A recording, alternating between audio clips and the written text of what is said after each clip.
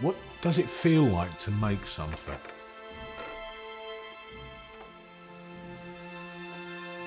It is so rewarding to pick up a piece of material, fashion it into different shapes, prepare it for construction, put it together, dress it, make it look gorgeous, and then step back and admire what you've done.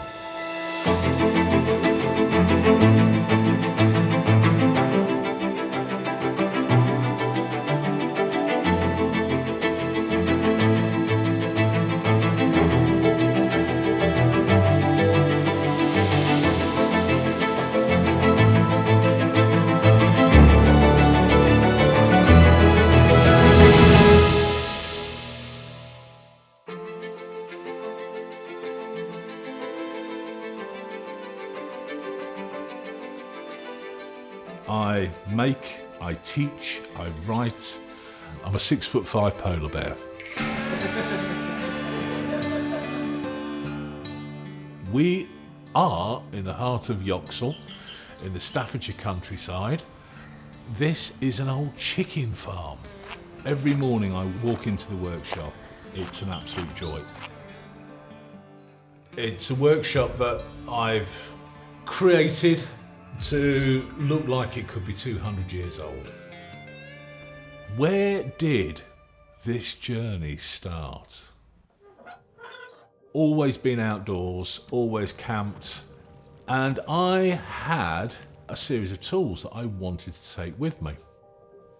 And I wanted a sheath making where everything was on one. So I went to a saddler's and I asked him if he could make it, and he said yes. The very, very short version of that long story is that he didn't make it. I said, well, give me enough leather for me to make it and I'll do it. And I got a little bit of side eye as if to say, yeah, right, you're not going to manage that. It was Frankenstein's monster of the leather world. The point was, I stepped back and I had made this. It worked. It didn't look right, but it did work. It was fit for purpose. That woke something in me.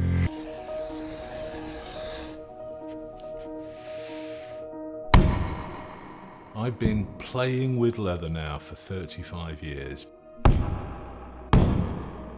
I still get startled by, I made that. And I get so excited, I tell all my friends, I say, well, yeah, but that's what you do. No, I'm excited. I really enjoyed making that.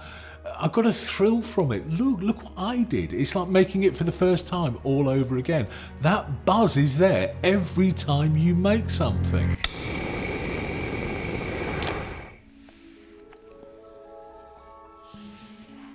Having something designed specifically for somebody, for a purpose, and then making that by hand and watching it grow. There's a whole story, there's a whole journey behind it, and the item that you have at the end of it is so much more than the item itself.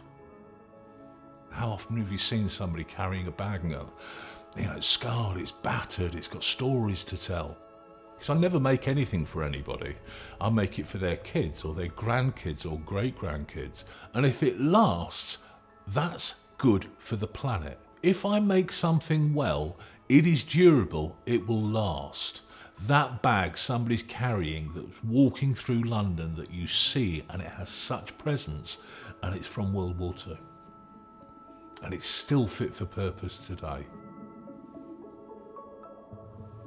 Everything that you make, you're making by hand. And it's the old adage, blood, sweat and tears goes into it. You emotionally invest an awful lot. And sometimes it's exhausting. It's a roller coaster, it really is, but I wouldn't change it for the world.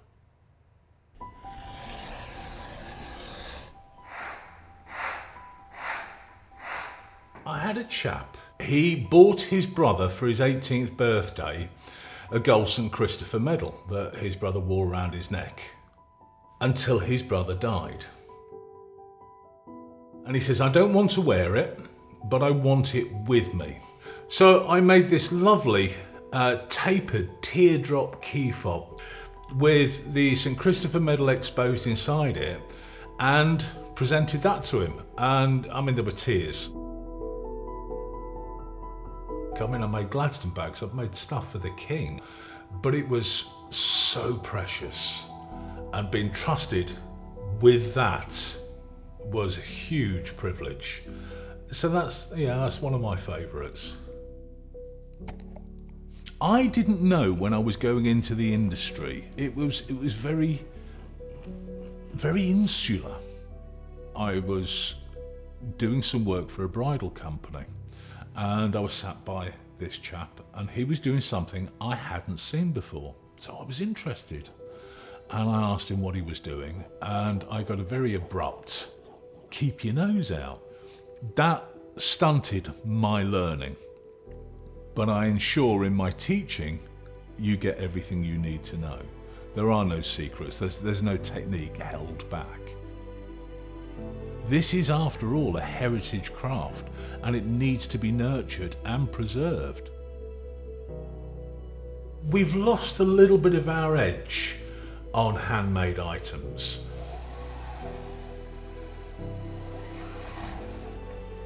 Certain things that we made that were just absolutely fantastic and exquisite, and the people that can make the level of those items are becoming fewer. If we all take a little bit of responsibility of how things were made, we'll keep it alive, giving everybody an appreciation of the detail that goes into making something by hand. As a community, together we increase the quality of handmade leather goods here in the UK.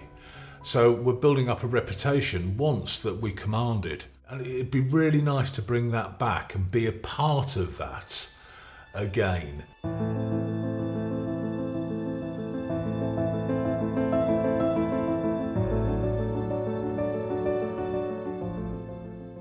I get to do what I love every single day. I walk through that door in the morning and I'm home. This is where I belong. It's difficult to describe. I do find on occasion myself just stood in here looking. I get to make things in a material that I adore. When I'm not making, I'm teaching other people to do the same. And I see their passion and their enthusiasm, and that bolsters me. And it's a whole mix of emotion around the bench.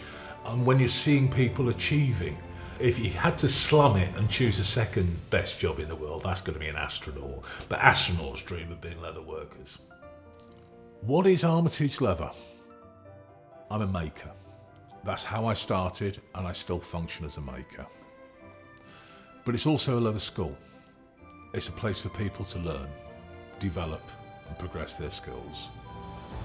And I think I'd like to say it's a centre for excellence, a place where the standards can be brought up and maintained to perpetuate the craft for the future.